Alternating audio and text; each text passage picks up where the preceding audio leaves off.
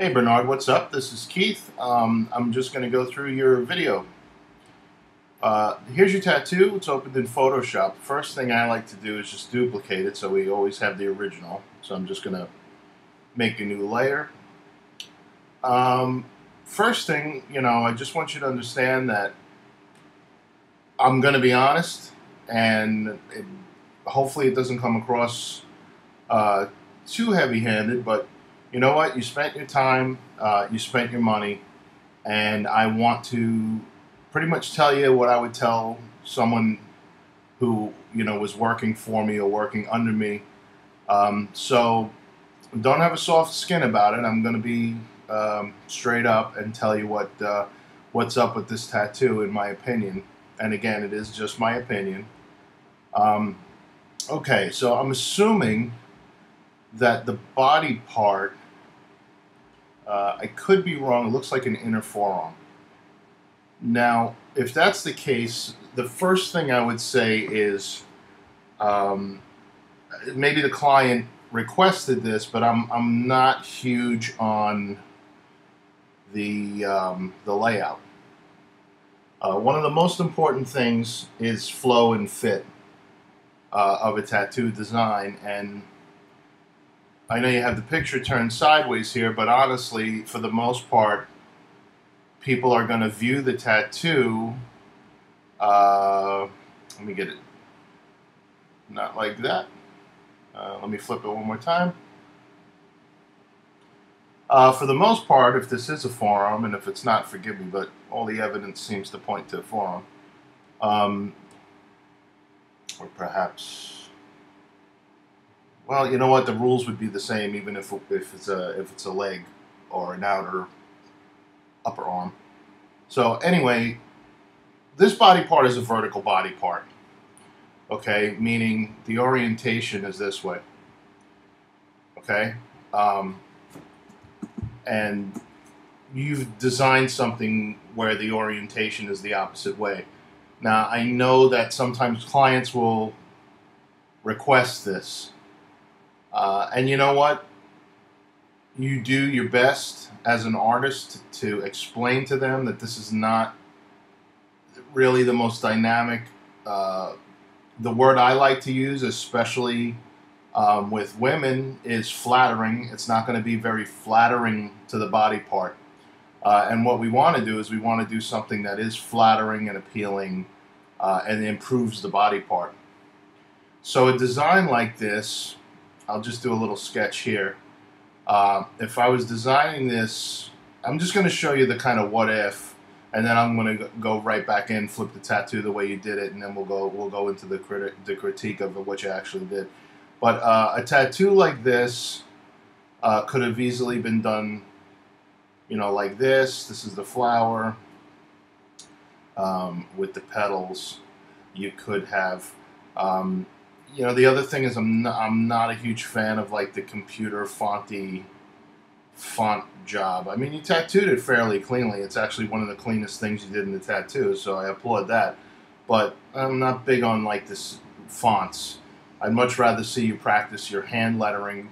Buy some good book like BJ Betts or Big Me's or Boog or any of the guys out there that are just tremendous letterers, and treat it like art. That's another thing I tell people is don't treat it like you're writing something. Treat it like art. Don't write a letter A or a letter J or whatever. Draw a letter A. And I know that sounds real simplistic as far as advice, but it clicks at some point where you realize, oh man, I need to draw a letter A like I would draw a skull, and then draw 20 different letter A's. Like get into drawing an A as into drawing a flower or a skull or anything else you might be into. And you'll see some really creative things will start happening. The other thing is I try not to go 90-degree angles to the body also tend not to be flattering. You want to think flow. On this piece, I see a flow that could have gone like this, I would say. Okay, so these are just flow lines. So what does that mean? That means I would have grab a different color that'll show up. Done the flower up here, and then I would have wrote the lettering on more of a sweep. You know, the Joanne and the dates on, you know, in kind of a wave that flatters the arm, like a wave that goes with the contour of the forearm, sweeps around the design. And I mean, you're literally not making these lines. You could do some kind of a negative effect like wind or even just a blur or a swoosh or whatever you want to call it. But just to have everything flow with the body part, and then to have, like I said, to have like written the writing with the flow of the piece, to me would have made for a better piece, a better composition. Okay, so hopefully that made sense. Now let's get into the tattoo itself. So let me flip this back to where it was. Take a sec. Okay, so let's deal with the tattoo as it is. All right, I've already kind of laid out how I feel about this, and even on a sideways composition, I would have probably done something a little more flowing. I mean, you've pretty much got motion in the tattoo, which is good, and the motion is going this way, the way I see it. You know, maybe you could see it too. Okay, but then you do this, which is contrary to the motion, and like I said, it's also, you know, technically it's on a 90-degree angle to the body, which not the best. So let me go backwards here. What I would do, or what I would have done, is to, again, like echo that feel of the flow, and I would have done it more, you know, in the shape of the design. Okay, so that's it. I'm not going to beat you over the head about the lettering, but please study some lettering. It's not poorly tattooed. I mean, there's some issues with it, but it's not crazy. It's definitely the thing I would say that you tattooed the most confidently. Let's take a closer look. Let's go to 100%. Okay, so it's a little dicey, and it's a little. It looks like it could possibly be a little trenched. There's some small. Hopefully you can see my cursor. It's the little magnifying glass. There's a couple of small blowouts here and there, which is overpigmentation. If you wonder what that term means, it just means that you've injected too much pigment into one place in the skin, or that you've put your pigment in on an angle, a severe angle, where it's actually shot sideways into the skin. This happens a lot on circles. I don't know whether or not it's happened here, but usually, like if you see an old tattoo and it's like a wolf howling at the moon, usually at some point the tattoo artist is trying to make that circle with a constant line, and they reach a point with their hand, and if they don't move their entire arm and they just try to do it with their fingers or their wrists, what happens is the machine will kick out on a severe angle, and usually you'll get, on some point in the circle, you'll see a little bit of a shootout, you know, kind of a blowout, a directional blowout, I'll call that.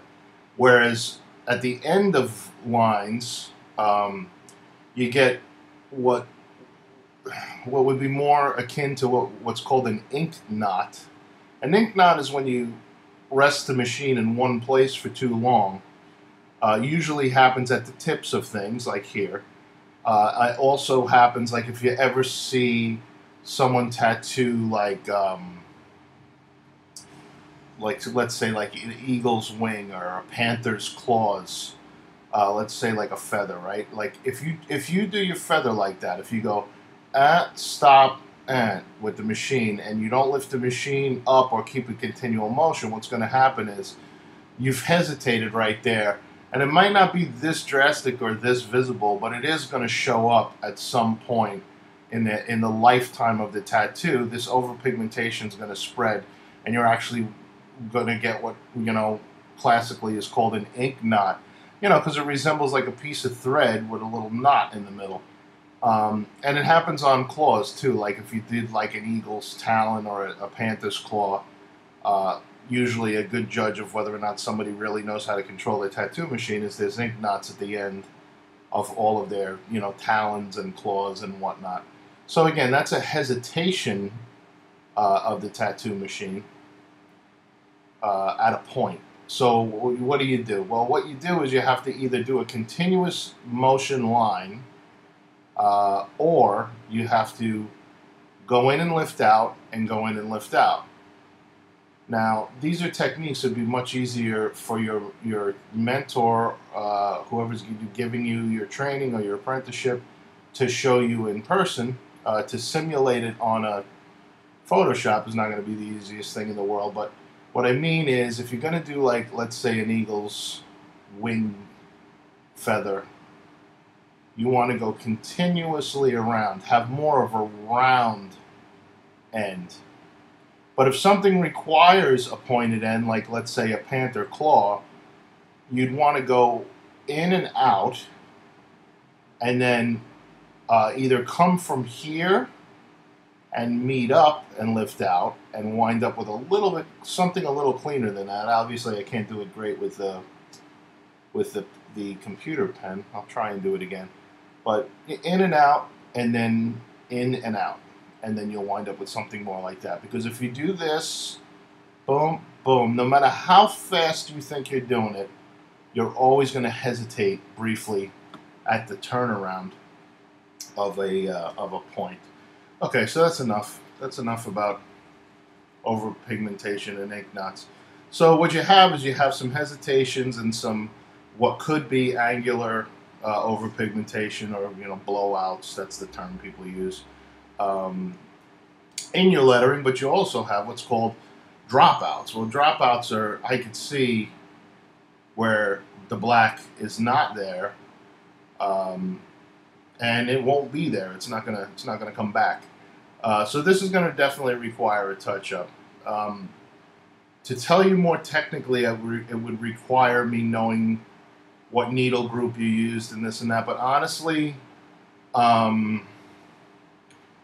you should be doing, if you're doing a lot of these you're trying to do realism and colored outline tattoos, based on what I'm seeing here, if you can't do this super tight, super clean, it's not time to do these other tattoos yet, and that might hurt your feelings. It's not intended to. It's just know that you've got skills that you need to develop, and they're going to be developed in black line flash lettering style tattoos. I did years of those tattoos before I moved into any kind of custom. And I was also tattooing, a lot of people don't know, but tattooing 8 or 9 years before I attempted any kind of realism. So, keep that in mind. See if I can erase this. I want to take the lettering out just so I can concentrate on that didn't work. Just so I can concentrate on the, the flower now. So we're not distracted by this.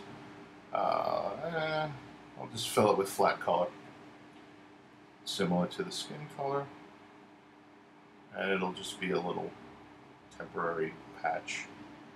Let's fill that.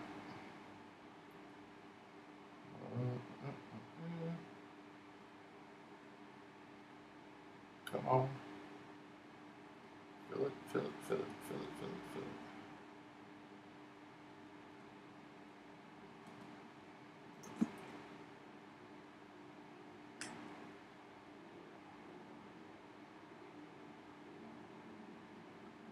All right, that's good enough. It's going to be ugly, but It's not going to matter. It's just something so we're not distracted by that. Let me just save this so we don't have any memory problems. And let's move on. Okay, so the flower part of the tattoo, which is the main attraction. First of all, right off the bat, the line around it is really scratchy, and it's weak. So I know realism. Everybody, it's like, it's like this big hot thing, realism. But to be honest with you, the type of realism I do, if you're a fan of my work, to be honest, is not, I guess, true realism. It's more like illustrative realism. What does that mean? That means I mix elements of graphic design and realism together, because graphic design is going to help you to have a stronger tattoo, and that's what we want. We want a strong tattoo that's going to last a long time. So what I would have done differently right off the bat is I would have put a line about this thick, maybe a little thinner. Like I said, I'm dealing with the computer and the clumsiness of doing this on computer versus doing it with a tattoo machine. Get a hard edge brush here. There we go. So everything I do on here is going to be a little bit heavier handed than I might actually do it, but I want to exaggerate it so you understand. So now what I'm doing is called a contour line.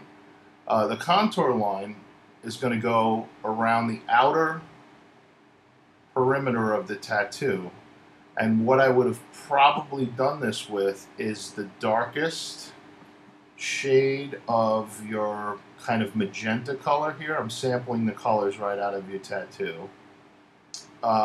These green tips I'm noticing, I'm sure they were in the photo, but again, the way you did them, it's do it bold. I mean, if you're gonna do something like this up here, and I'm circling my cursor in the upper right hand corner. Hopefully you could see it. If you're gonna do something like that, like, do it boldly. Don't do it like timid, like just touching the just tapping the tip of it. But really get in there. I'll do that when I go into the interior of the tattoo. We're gonna deal with the outside first. Now this top edge, I would not use this dark color. I would use a lighter color, probably something in this range, because it would also simulate that the bottom sides of things are dark. Lighting, you can imply lighting with graphic design in your line work. So the top sides of things tend to be lighter, and if the light's coming from the top, like it would in nature. If something's outside, the odds are the light's coming from the top. This is not going to be perfect, dude. So if I miss a little something, don't beat me up. So, yeah, so I would take same boldness, same broadness of line. I would probably use, I don't know, on a tattoo this size, a 7 or a 9 liner to make this line, depending on your level of control. You might want to start with a little bit smaller, like a 7 or a 5. I personally like the 9. But I use Hawk right now, Cheyenne Hawk machine, and needles, and their needle groupings tend to be very sharp and very tapered and very small. So a 9 from them is almost like a loose 7 from a standard type of needle company. So anyway, I'm going to keep rambling as I do this, but if you see, like, right away, boom, the tattoo is stronger just from the outer edge. Does that make sense? I hope so. And like I said, we ignore this flesh patch here, but we've already talked about you would have done some way cooler lettering in this area, a little bit bigger, and definitely on the sweep. I mean, you've got the sweep of the tattoo going with the sweep of the arm and the muscle, which is great.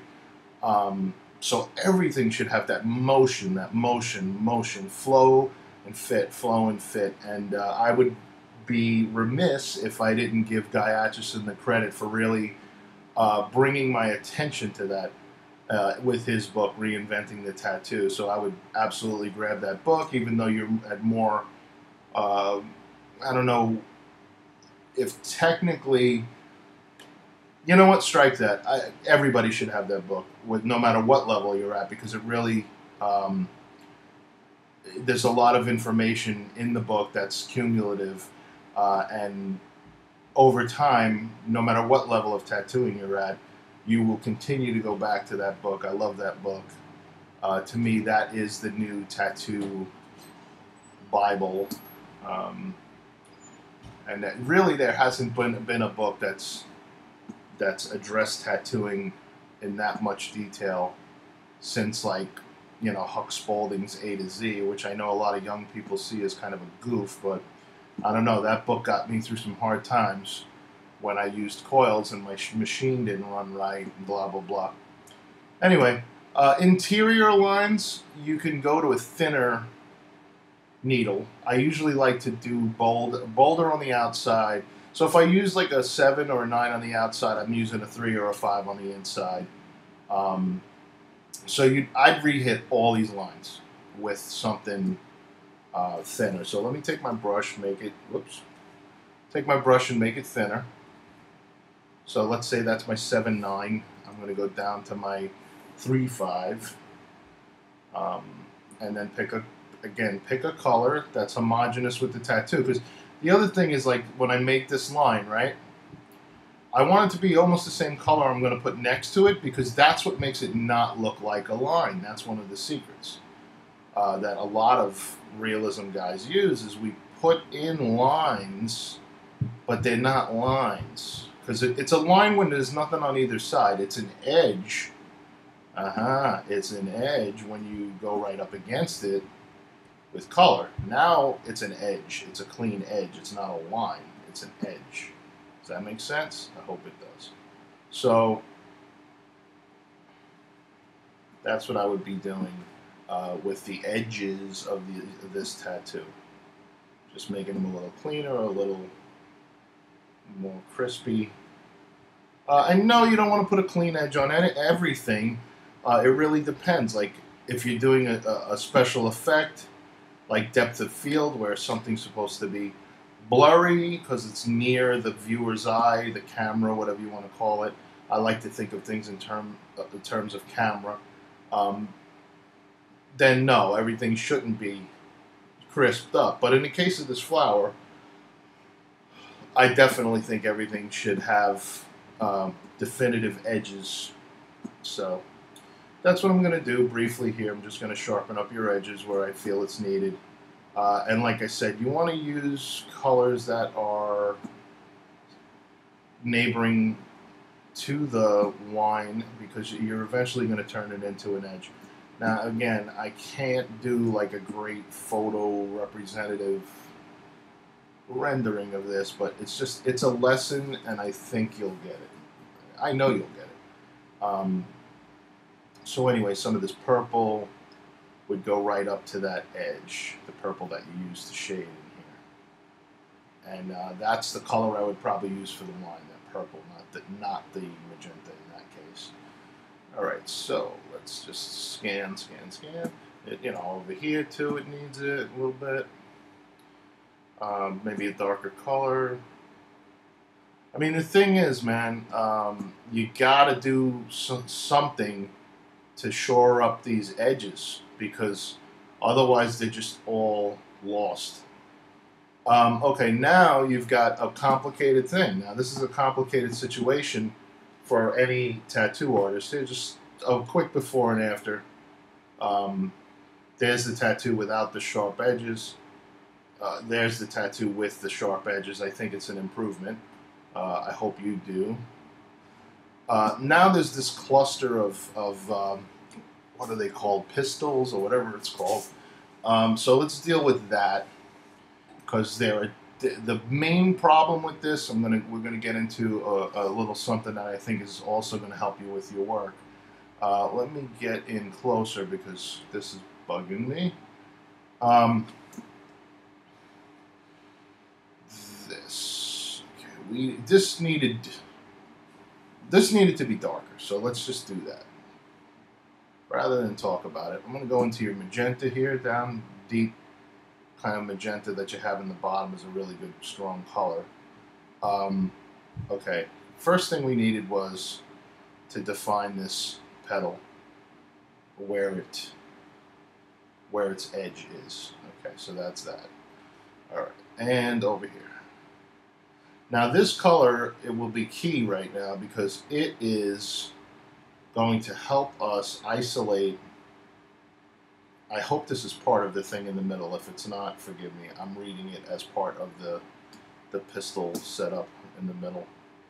This color should have been used, I think, especially down low here in the negative spaces to help show detail. Sorry, getting sloppy. May need to make the brush a little smaller to show detail. Now, if you had to get in here and do something like this, again, this is a job for like your 5 liner or maybe like a 7 shader. You don't want to use anything too aggressive because you don't want to chop the skin up, but you'll find it's a lot easier than it sounds to just go in there and just lightly tickle it with the liner and get some good separation and some good contrast. Okay, so this whole thing needs to pop more. Let me lower the opacity on this a little bit and hopefully get more of a fade look. Yeah, so I kind of want it darker in the center, and then I want it to kind of fade to lighter as we got out. So let me do that. Yeah, I know I'm painting over the spots, but you know they're there. And there's nothing really wrong with the way you did the spots, I don't think. And I'm just going to keep sampling colors just to keep it a little more legible. So what you're seeing me do is I'm trying to reinforce what's called the positive and negative shapes. Now, it's not always dark versus light, but in this case, it kind of is dark versus light. If this thing in the middle is that much lighter than the flower, which it is, you should do what you can to amplify that effect because we're doing a tattoo. We're not doing a painting. If you're doing a painting, you can do it low contrast. It's not going to be a problem. It's not going to, unless you use a medium that's known to deteriorate, it's going to hold up just fine. It's not going to lose its edge. But tattooing is not painting.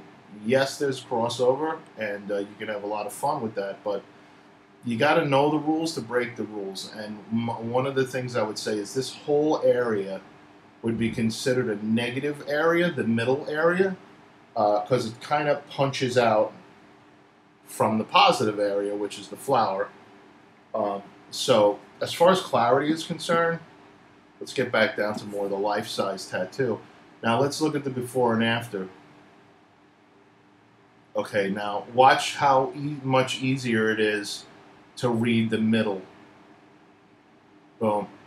Okay, you got dimension there. Now it looks like I could like jump into the center of the flower, even though it's done kind of scrubby and sloppily. And then what I would have done is the reinforcing these. So you've got this nice kind of almost peachy orangey color. So let's sample that color for starters. Okay, now I'm going to bring that color up in the color picker here. I would have gone into a little more orangish, and then up maybe added a little yellow. Maybe not. Let's see. Let's get a color. Let's start over. Boom. I'm going to use hue, saturation, and brightness. So I'm going to make the color brighter and a little less saturated.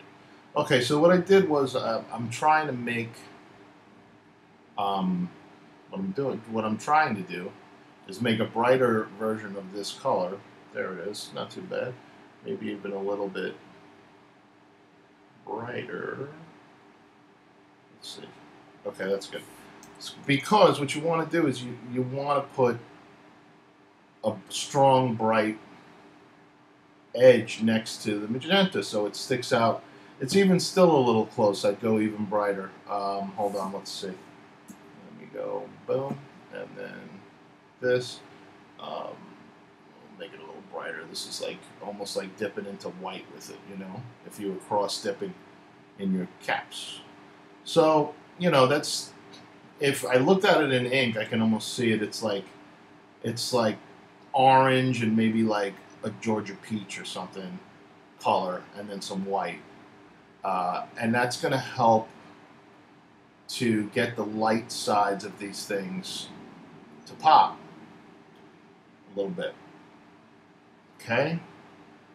All right. Now, the other thing is, like, you look at an area like this stem and this peach part, and again, now we've got a clash. We've almost got like a light next to light, or what would be called a negative next to a negative. So you have to do something to isolate that. So what I would do personally is I would go into my green, and I would get a green that is slightly darker than the peach color, and I would either pull in a line like this, or I would actually do even more and just full on go for a shadow side type of thing, because that's the shadow side of all of the items. You've got a shadow side on the these hot dog shapes up here. And now the lighting matches. It's a light on the left, a dark on the right. A light on the left, dark on the right. And we've now created a better separation between the green stem and the green, you know, whatever this is. I'm sorry. I'm not a botanist, damn it. It's the green thing and the wiener thing. Okay, it's getting silly. And that's it, man. Just like a smoother blend. I mean, I think this needed like a middle color between purple and peach, and you could literally just mix purple and peach and come up with that mid color. Just experiment. I mean, it's best to practice these things with paint on paper or on canvas. Paper's fine. You get a nice heavy paper, you can paint with acrylic and not really spend a ton of money. I'm sorry, that's my shop phone, which I'm not going to pick up.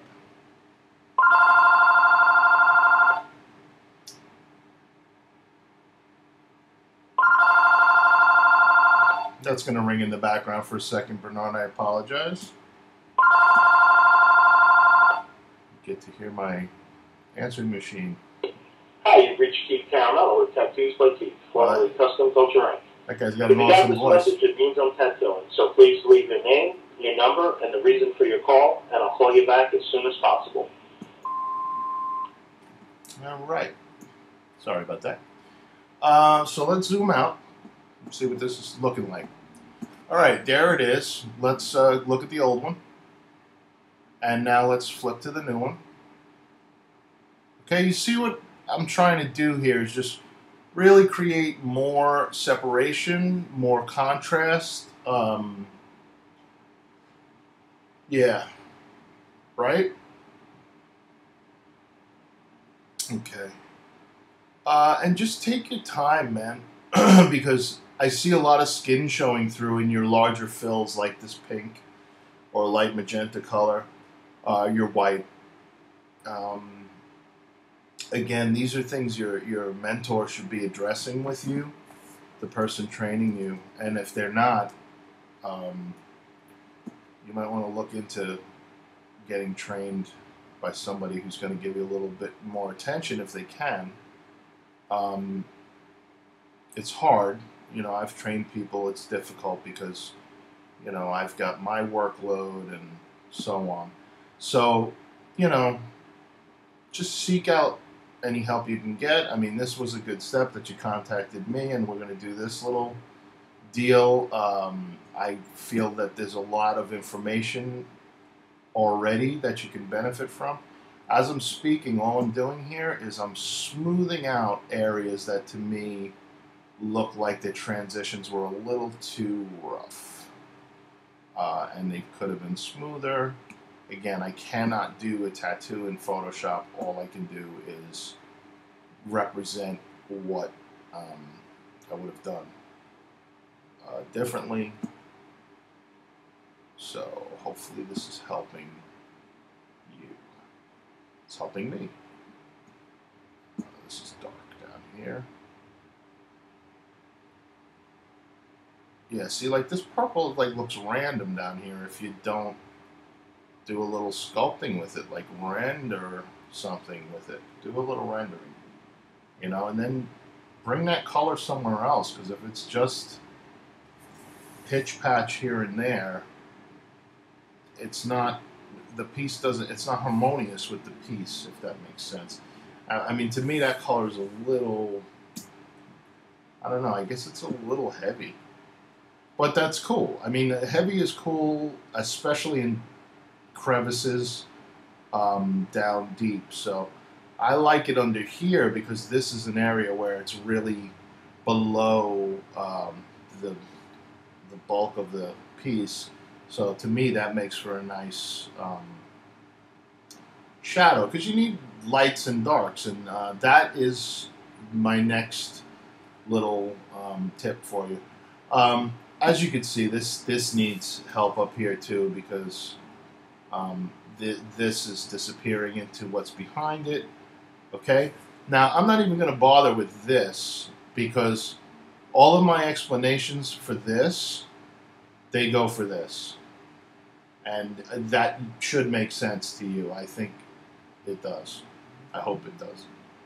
The only other thing aesthetically that a choice that I may have made is I may have made the choice to do a little bit of shadow,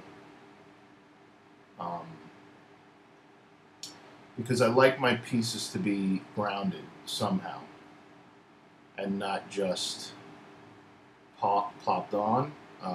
You know, I like to bring the piece into the person a little bit. You know, some light color, you know, maybe that's not the right one, but just a little bit of background. And if color is intimidating in that situation, you could always just put a very light gray shade under it. Just some kind of drop shadow, something that helps lift it off the surface. Yeah, that's not what I wanted to do, but oh well, what are you going to do? Let me get rid of that. And I'll do something a little more akin to what I meant. So, hopefully you learned something. We're going to be wrapping it up in a second with what I think is one of the main lessons for you on this. So let me just do a quick drop shadow, and then I will give you my closing statement here. So I'm going to do this kind of sloppy, but you'll get the idea. Just going to go around, make a quick drop shadow.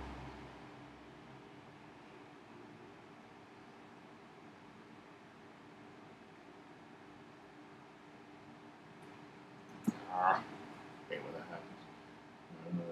Let me use the pen. It's more consistent.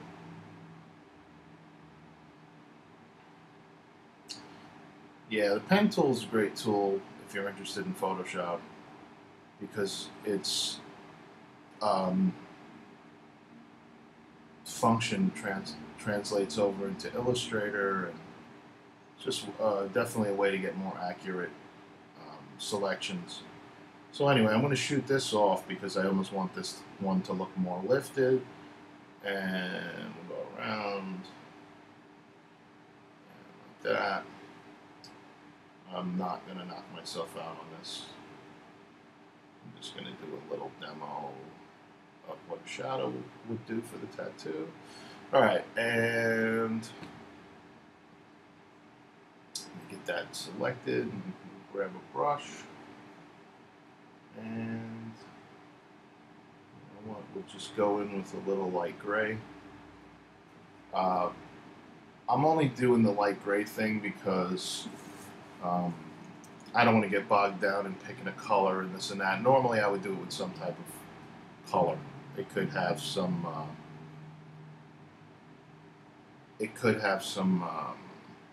whoa, what happened there?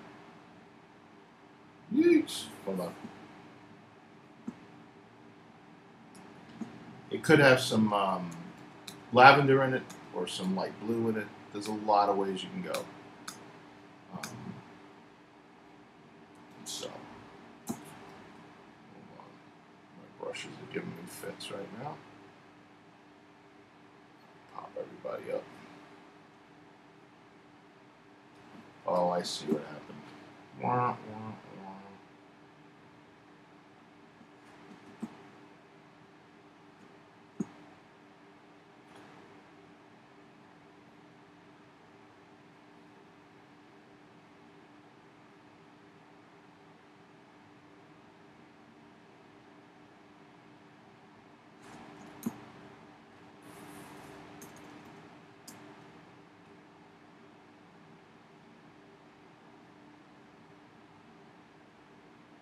Yeah, forgive me. This is not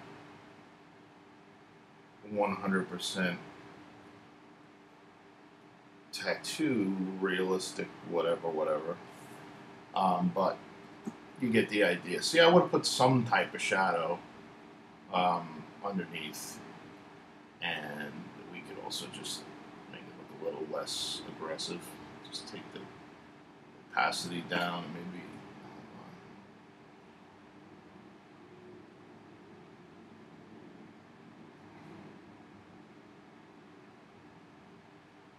Okay.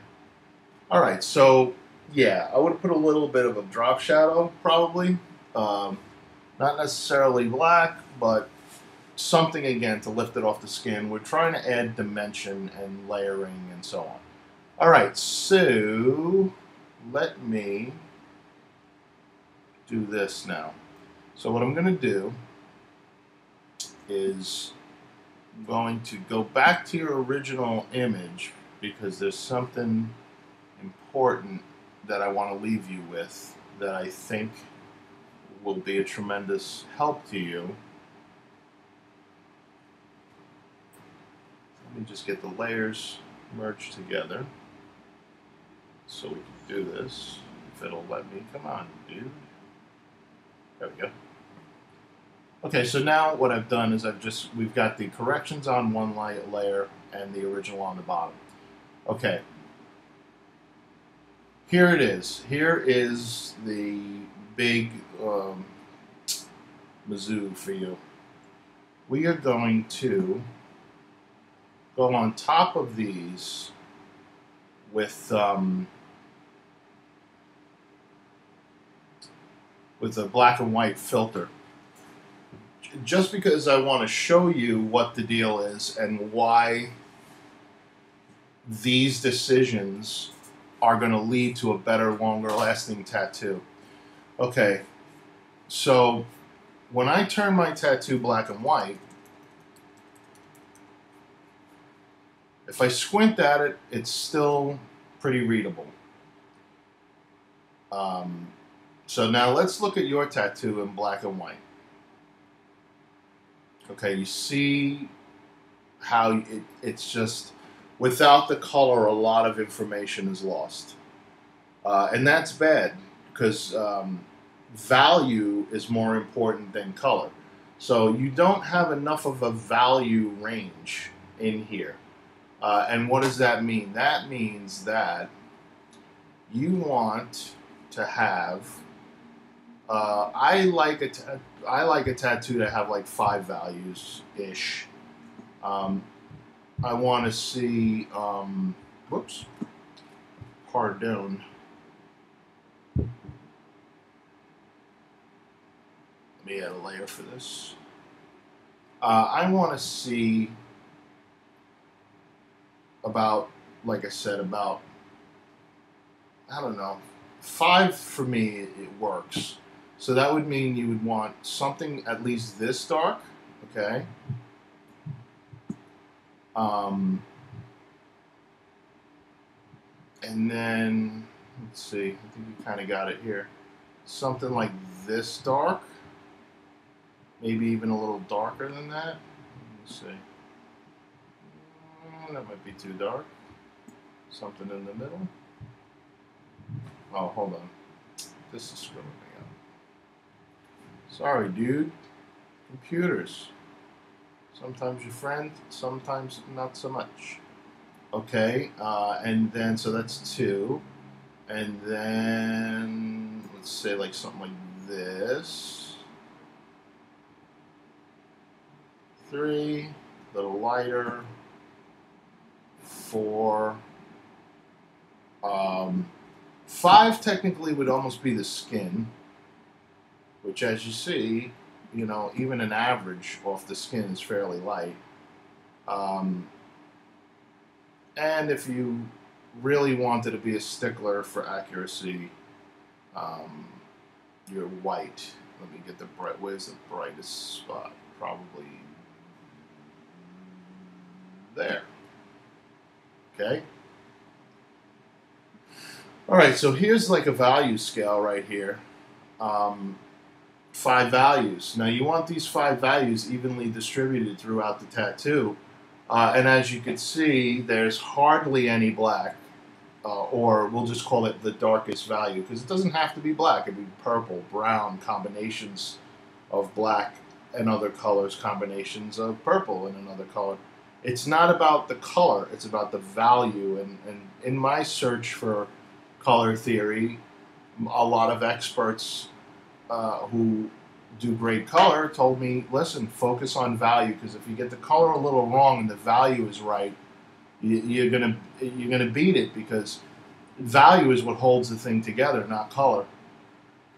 Um, and if you look at the one that I did, there's a little more evidence of these different values. The blacker ones being in the drop shadow, and I probably would have done something a little darker in here, in here, in here, in here. But you want to really express a range of 4 or 5 values and your highlight, and that's what's going to make for stronger tattooing. So cleaner edges, bolder decisions. Watch the positive, negative. Watch the flow and fit. Yeah, I think you show a ton of potential. It's just you got to apply whatchamacallit. You got to apply yourself to. I think you got to apply yourself to pen and paper, pencil and paper, and paint and paper, or whatever, and really work on these theories. Your pos neg, flow fit, values, and you're going to see your tattoos improve. Oh, really quickly, the thing we were talking about with the tips, you got the little green thing going on in the tips. I personally would have just, even if it's not like this in the picture, you're an artist, so don't sweat taking a little license, it's your job to make it look better than the picture. So I would have just brushed it in a little more. Sorry about that. I would have brushed it in a little more boldly, if that's a word. Hold on, that's our value scale. Yeah, I could paint it on there. It doesn't matter. So, yeah, I would have kind of just, I know, it's not great, but all I'm saying is don't half step it. If you're putting it in, put it in or leave it out. I mean, even if it was at the tip, I would even get the line to change color up near the tip and turn into the green. So anyway, like I said, it's very heavy-handed, but I do hope it helps. And let me take that. I want to take that out just for a moment. I want to just show you. I'm going to take the tattoo corrections, and I'm going to just fade lightly into your piece, okay? And then I'm going to fade back slowly. I'm going to add in the corrections. So watch the tattoo like kind of get fuller, a little juicier, a little crisper, okay? All right, Bernard. Well, I hope that helps, man. And thank you very much for being brave and getting your tattoo out. This will help you too. Let's look at it a little smaller, just so you know it kind of smooths out all my rough Photoshop nonsense. And like, look at it like that: before, after, before, after, before, after. So, not a ton different. You're on the right track, but try and apply these things that I'm telling you, and I think you'll be that much further along. All right, man? So thank you very much, and I hope you enjoy this video. All the best.